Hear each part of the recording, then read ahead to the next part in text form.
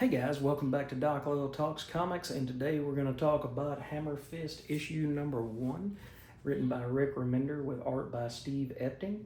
Epting is one of my favorite guys ever since he did that Captain America run with Ed Brubaker years ago. I like his slick, almost like, it's not ink wash, but it is really slick inks, almost like they inked it with a Sharpie or something. So I've really enjoyed the artwork in this title as well. And here we have Mike, who's pretty much a low-life hitman, going after this guy that he doesn't really know, but he's been hired to take him out because this character who says that she's his wife or his ex-wife ends up hiring him. See, this is what I like about Steve Epting. I hope you guys can really see that. It's cinematic. His stuff is absolutely cinematic. It looks like a movie poster for something that you would, go see at the multiplex. And I just can't get enough of it.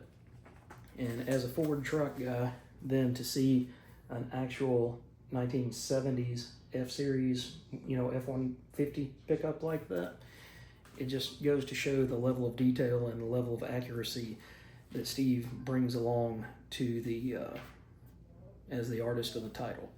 So in the end, you get to see that that character says, I've got a little bit of money, but I can make it up to you. And he says, no, you don't have what I want.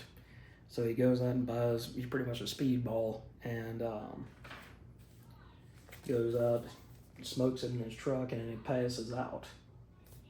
And then he sees a text from his ex-wife, and it says, Mike, you selfish SOB, you promised Kaylee money for a homecoming dress. If you can't keep your promises, at least answer her calls. Coward. And he says, someone I love trusted me. There's always the mistake. Montage of failures. The day Kaylee was born, her first birthday, the look in her eyes, the day that I left.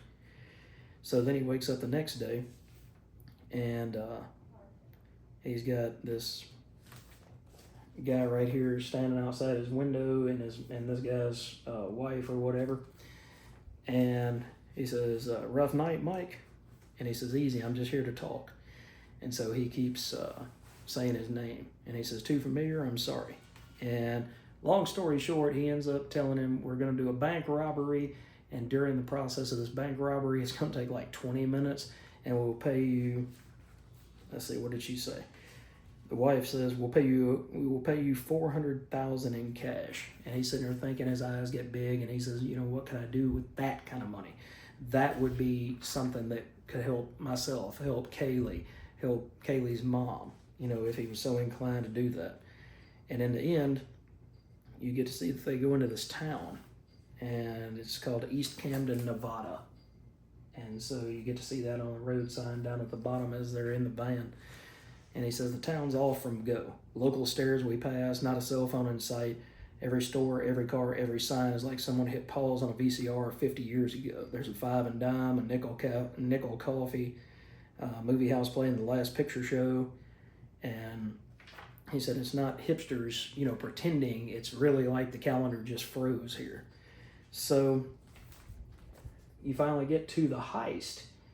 And there's an old guy named Zeke who's apparently been waiting here for, a long time to get this safe, whatever the contents of the safe are, to these people. And it says 50 years spent guarding this vault. I did him a favor by letting him go home and rest. So all of a sudden, this guy who hired Mike starts doing some necromancy things, and it pops up that there's a door.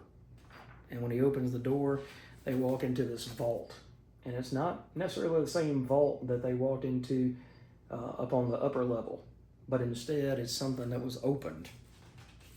And they find this glove. It almost looks like a Thanos glove, or Infinity Gauntlet or something like that. And in the end, Mike manages to get out, even though their cops are surrounding the building, because the guy puts the glove on, and it's called the Hammerfist. and he manages to take out all of the cops, or most of the cops. And he says, "My love is pure, and it fuels my wrath. No evil can withstand it. The wicked refuse to hear. All darkness dies before the light of the Orin." And eventually he does get shot. And they take him back to the hideout. And he says that thing on his hand, it's military stuff, some crazy new weapon. It's the only thing it could be. And Mike, in the end, has to choose because this guy dies. And then the glove doesn't light up anymore. And he looks to the glove and he says, you know, this thing's got to be worth more than $400,000. But what is Mike getting himself into? I don't know that he knows. I think that we get an idea that there's really some big bads out there, bigger than this little fish that he was dealing with, that want this Hammerfist. But he thinks he can use it to get revenge on those that wronged him in the first place and kind of rebuild his life. So why not? Why not give it a shot?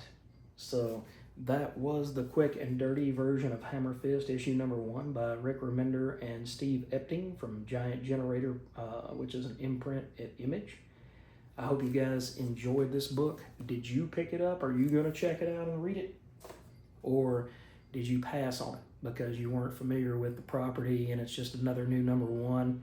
Let me know. Let me know what you guys thought about this review. Did I give you all the information that you need to go out there and just, I've got to have it. I've got to have that issue. Or did it not really sync with you? You know, there's sometimes these number 1s, they don't. So let me know in the comments below. Hit that like and subscribe, and I'll catch you guys in the next video. Take care.